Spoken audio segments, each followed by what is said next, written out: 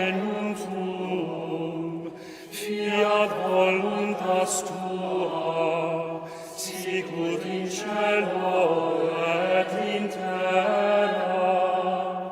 Panem nostrum quotidianum da nobis hodie,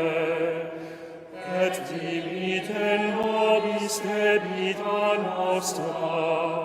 sicut et nos dimittimus debitoribus nostris,